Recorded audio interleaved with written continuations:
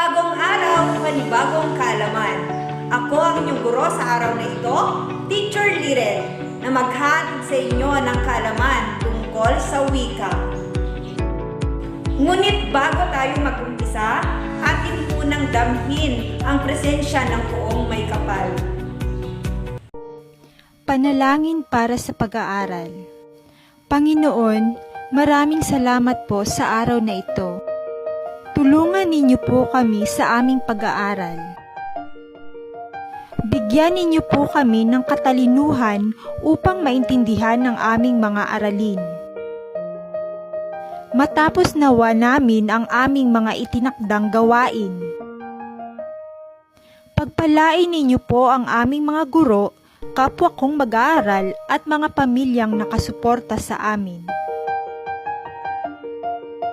Ito po ay aming hinihiling sa pangalan ng aming Panginoong Hesus. Amen. Muli ay isang mapagpalang araw sa ating lahat. Sa araw ito, ang mga mag-aaral ay nasahang na ipapaliwanag ang kahalagahan ng paggamit ng ponemang suprasegmental, ang tono, diin, at antala. Ngayon ay ating pansinin ang mga pahayag na nasa pisara at sabay-sabay nating tigkasin batay sa batas na ginamit at ipaliwanag ang kahulugan ng mga ito.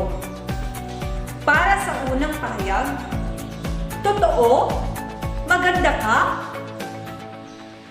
Totoo, maganda ka. Para sa pangalawang pahayag, matalino, siya, matalino siya. Ikatlo, mahal ka niya, mahal ka niya. Ikaapat, ikaw ang nang-iwan, ikaw ang nang-iwan. Ano ang mapapansin mo sa mga pahayag na aking binasa? Tama! Mapapansin natin na magkakaiba ang mga pamamataan ng pagbigkas ng mga salita dahil sa mga panandang ginamit. Ano-ano nga ba ang mga ito? Una ay ang tono ng pagbigkas. Ikalawa, ang mga panandang ginamit. Ang ikatlo naman, sa binasa nating mga pahayag kanina, makikita natin na ang nagsasalita ay hindi sigurado o di kaya'y nagdududa. At sa pangalawang pahayag naman nito, ang nagsasalita ay sigurado o nangangatwiran. Sa araw na ito ay ating palalawakin ang inyong kaalaman tungkol sa ponemang suprasegmental. Ngunit, ano nga ba ito? Ang ponemang suprasegmental, ito ay tumutukoy sa makahulugang tunog na kung saan makatutulong sa pagpapahayag ng damdamin, saloobin, kaisipan na nais ipahiwatig ng nagsasalita. Sa pakikipagtalastasan, matutukoy natin ang kahulugan, layunin, at intensyon na nais ipahiwatig ng nagsasalita sa pamamagitan ng haba o diin, tono o intonasyon, antala o hinto sa pagbibigkas at pagsasalita. Isa-isahin natin ang mga ito. Magsimula tayo sa diin. Ito ay tumutukoy sa lakas, bigat, o bahagyang pagtaas ng tinig sa isang pantig. Halimbawa nito ay ang salitang may dalawang pantig. Ang salitang buhay at ang salitang buhay. Ngunit ano nga ba ang pagkakaiba ng dalawang ito? Umpisahan natin sa una. Ang salitang buhay na nangangahulugang kapalaran ng tao. Samantala, sa ikalawa, ang salitang buhay na nangangahulugan naman na humihinga pa lamang. Ngayon ay dumako naman tayo sa pangalawang halimbawa. ang salitang lamang at ang salitang lamang. Ano kaya ang pagkakaiba ng dalawang salitang ito? Ngayon ay bibigyan ko kayo ng 5 segundo upang pag-isipan kung ano ang pagkakaiba ng dalawang salitang ito.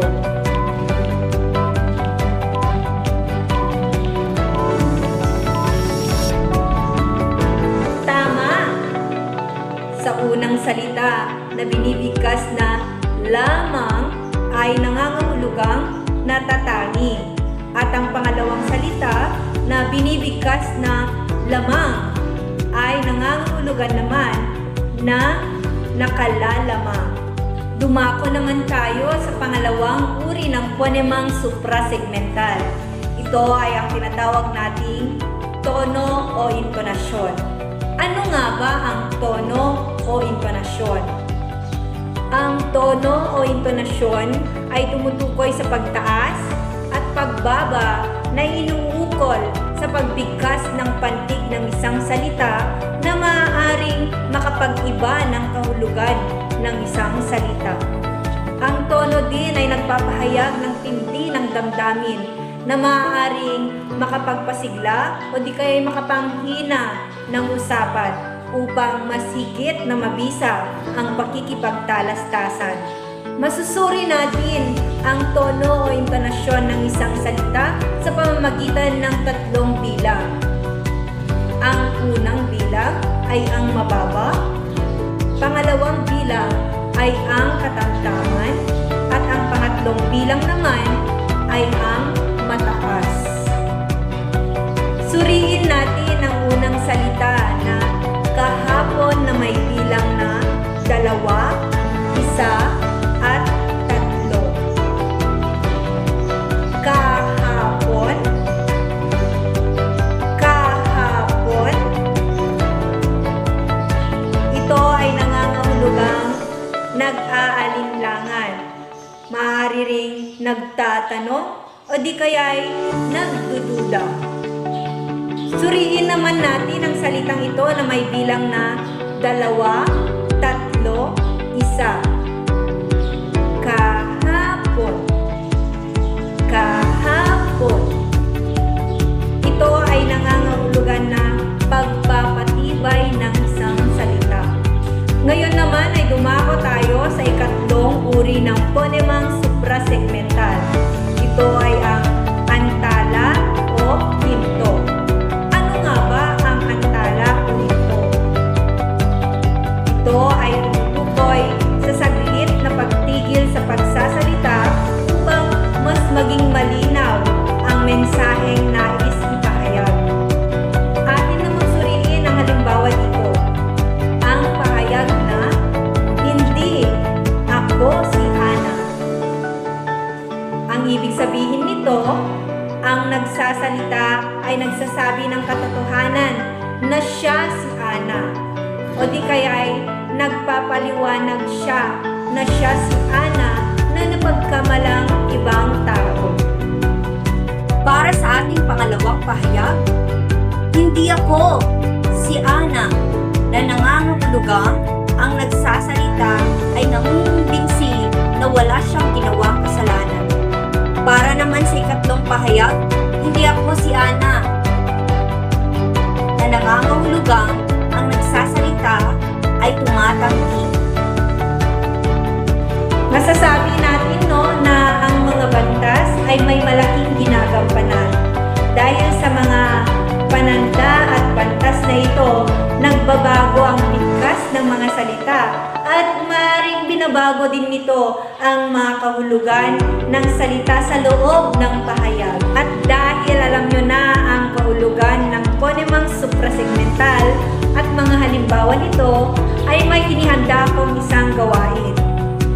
Simulan na natin! Gamit ang inyong Google Learning account, tatayahin natin ang inyong natutuhan. Ngayon, kayo ay mag-login at aking ipapasa ang QR code natin sa araw na ito. Para kayo ay makapasok sa ating klase, Narito ang gagamitin nating QR code. At para naman kayo ay makasagot sa ating gawain ngayon, narito ang hyperplay link na ating gagamitin.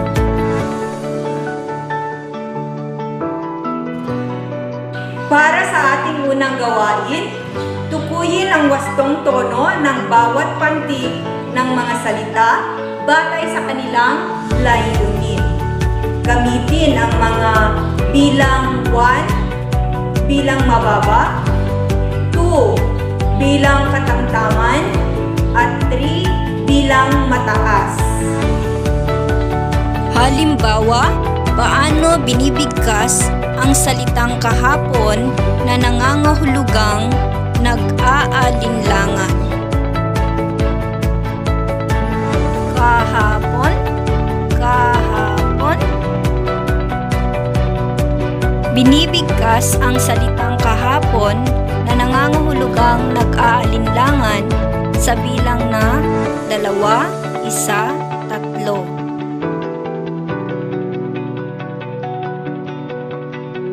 Ngayon ay atin namang bigkasin ang salitang kahapon na nangangahulugang pagpapatibay o pagpapahayag. Kahapon, kahapon.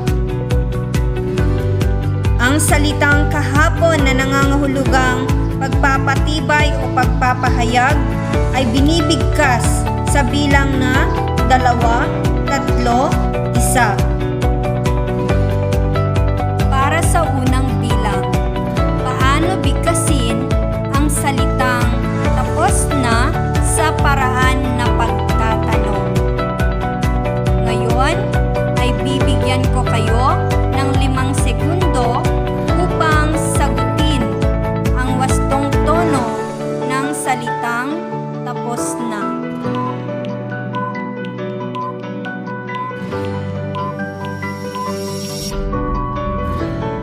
Tama! Nabibigkas ang salitang tapos na sa paraan ng pagtatanong sa bilang na 1, 2, 3. Ngayon, paano naman natin bibigkasin ang salitang tapos na sa paraang pagpapahayag?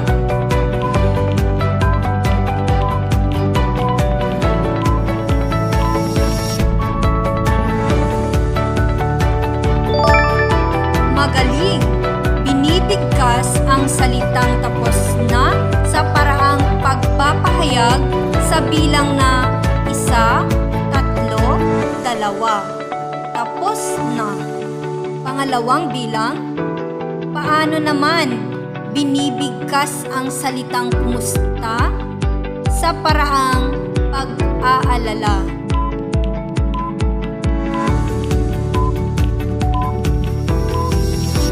Magaling! Ang salitang kumusta na nangangahulugan sa paraan ng pag-aalala ay binibigkas sa bilang na 3, 2, 1. Paano naman binibigkas ang salitang kumusta sa paraan ng pagtatanong na masaya?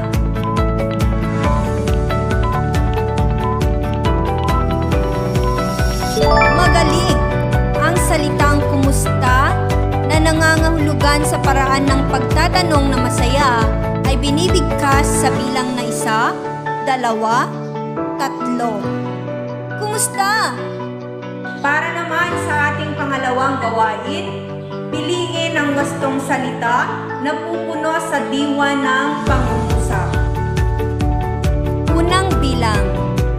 Ang pagpipilian ay ang mga salitang kaya at ang salitang kaya. Para sa unang pangungusap, nawala ang pera niya, patlang siya umiyak. Pangalawang pangungusap, patunayan mo na patlang mong sagutin ang pagsusulit.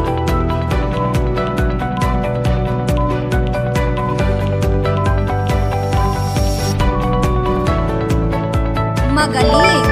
Ang sagot sa unang pangungusap ay ang salitang kaya. Nawala ang pera niya kaya siya umiyak.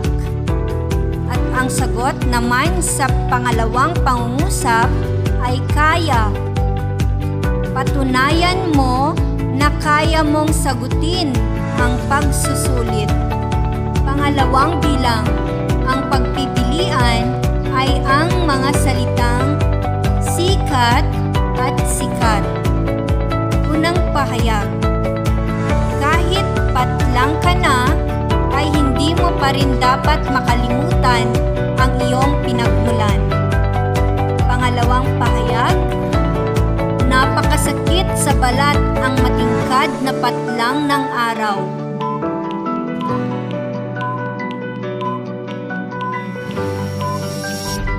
Tama! Ang sagot sa unang pahayag ay ang salitang sikat. Kahit sikat ka na, ay hindi mo pa rin dapat makalimutan ang iyong pinagmulan. At sa pangalawang pahayag ay ang salitang sikat. Sakit sa balat ang matingkad na sikat ng araw.